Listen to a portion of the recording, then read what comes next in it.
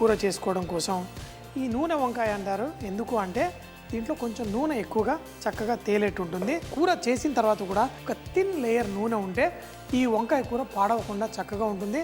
ఆ పులుపుతనం కూడా ఎక్కువగా ఉంటే దాన్ని చేసిన తర్వాత ఒక 2-3 గంటల తర్వాత తింటేనే టేస్ట్ చాలా బాగుంటుంది.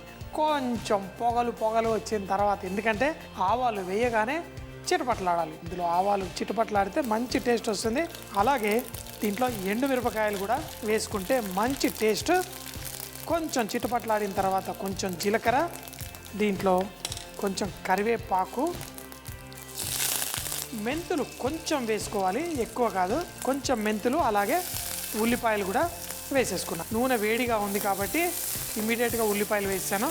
ఇప్పుడు ఈ ఉల్లిపాయలు కూడా మంచి బంగారు రంగు వచ్చేంత వరకు ఫ్రై చేసుకుందాం. ఈ కొంచెం అంత ఉప్పు వేయడం వల్ల ఆ ఉల్లిపాయల్లో ఉన్న తేమ బయటకు వచ్చేసి పర్ఫెక్ట్గా ఇది రెడీ అయిపోతుంది.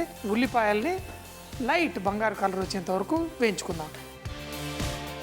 మన గోంగూర, పల్లీలు, నువ్వులు, కొబ్బరి అన్నీ వేసి చేసిన పేస్ట్ కూడా రెడీగా ఉంది. ఇది మంచిగా గ్రేవీలాగా రెడీ అయిన తర్వాత దాంట్లో వేసుకుందాం. ఉల్లిపాయలు కూడా కొంచెం కలర్ వచ్చిన తర్వాత అందులో చిటికెడంత ఇంగువ, పసుపు, దాని తర్వాత దీంట్లో కొంచెం అంత ధనియాల పొడి, చిటికెడంత జీలకర్ర పొడి, కొంచెం ఎక్కువగానే కారం, అలాగే పెరుగు కూడా వేసేసుకుందాం. వేసుకొని చక్కగా దీన్ని కలిపేసుకుందాం. ఇప్పుడు మన ఎర్రటి ఈ గ్రేవీ రెడీ అయింది. ఇందులో కొంచెం అంత పులుపు పెరుగు కూడా తీసుకొచ్చింది. దాని తర్వాత మనం ముందుగా చేసి పెట్టుకున్న గోంగూర, ఆ నువ్వులు, కొబ్బరి, పల్లీల పేస్ట్ ఇందులో వేసుకొని కొంచెం నూనె పైకి వచ్చేంత వరకు దీన్ని కుక్ చేసుకోవాలి. అప్పుడు తర్వాత నీళ్లు తగినంత వేసుకొని అడ్జస్ట్ చేసుకొని మీకు దాంట్లో ఈ వంకాయలు కూడా వేసుకుంటే పర్ఫెక్ట్ టేస్ట్ వస్తుంది. కానీ ఈ మసాలా కుక్ అయిన తర్వాత దీంట్లో మర్చిపోవద్దు, కొంచెం బెల్లం కానీ పంచదార కానీ వేసుకుంటే మీ సాలన్ చాలా టేస్టీగా ఉంటుంది. ఈ మసాలా కుక్ అవుతున్నప్పుడు మేమైతే ఇలాంటి పెద్ద గిన్నెల్లో చేసేవాళ్ళం. అప్పుడు కుడిపితోటి దాన్ని కలిపేవాళ్ళం. అలా కలుపుతున్నా కానీ ఈ మసాలా కుక్ అయ్యేటప్పుడు వేడిగా ఇలా చుక్కలు మన మీద పడుతుంది. చేతులు ఎన్నోసార్లు అలా కాల్చుకున్నాను. కానీ మనం ఇళ్లలో చేసేటప్పుడైతే ఏం కంగారు లేదు. కానీ కింద అంటుకోకూడదు. మూత పెట్టుకోవడం వల్ల ఆ కొంచెం స్టీమ్ రావడం వల్ల కింద అంటుకోకుండా ఉంటుంది. మధ్యలో ప్రతి నిమిషానికి ఒకసారి తీసి మీరు కలుపుతూ ఉండాలి.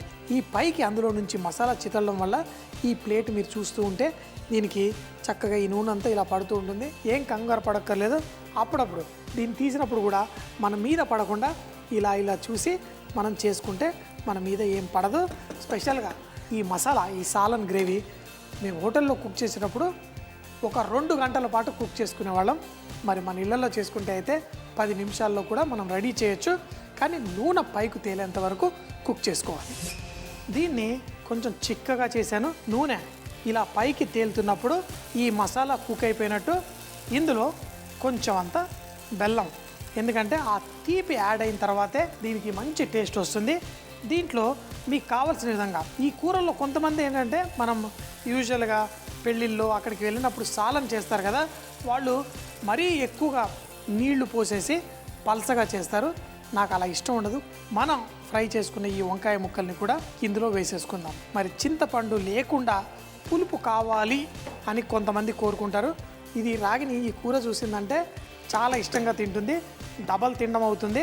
ఒక 4-5 నిమిషాలు చక్కగా పులుపంతా పీల్చుకోవడానికి సిమ్ మంటలో పెట్టి 4-5 నిమిషాలు కుక్ చేసిన తర్వాత స్టవ్ కట్టేసుకుంటే సరిపోతుంది. ఉప్పు అన్నీ పర్ఫెక్ట్గా ఉన్నా లేదా చూసుకోవాలి.